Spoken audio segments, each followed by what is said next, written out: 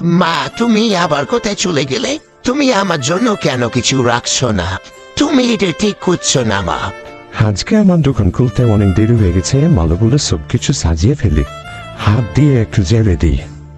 Uncle, আমার মামা নারী বাড়িতে গেছে, আমার জন্য কোনো কিছু অবশিষ্ট রাখেনি। প্লিজ আঙ্কেল, আমাকে কিছু খেতে দিন। কেন তোমাকে আমি খেতে দেবো?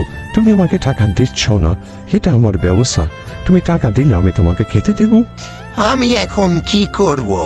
নিচে কিছু পড়ে আছে নাকি? আমাকে খিদে লেগেছে, তার জন্য আমি নিচের দিকে তাকাচ্ছি। নিচে তো কোনো কিছু পড়ার কথা না। এই তো, এই টাকা পেয়েছি আমি। 5 টাকা দিয়ে কিছু কিনি, আমাকে একটি চিপস দিন। তোমার কাছে টাকা আছে? এই যে দেখুন, আমার কাছে টাকা আছে, এই নিন। ঠিক আছে, এবার তোমাকে দিছি, এ নাও। আঙ্কেল, আপনাকে ধন্যবাদ। লোকটির মা তার নানি বাড়ি গেছে।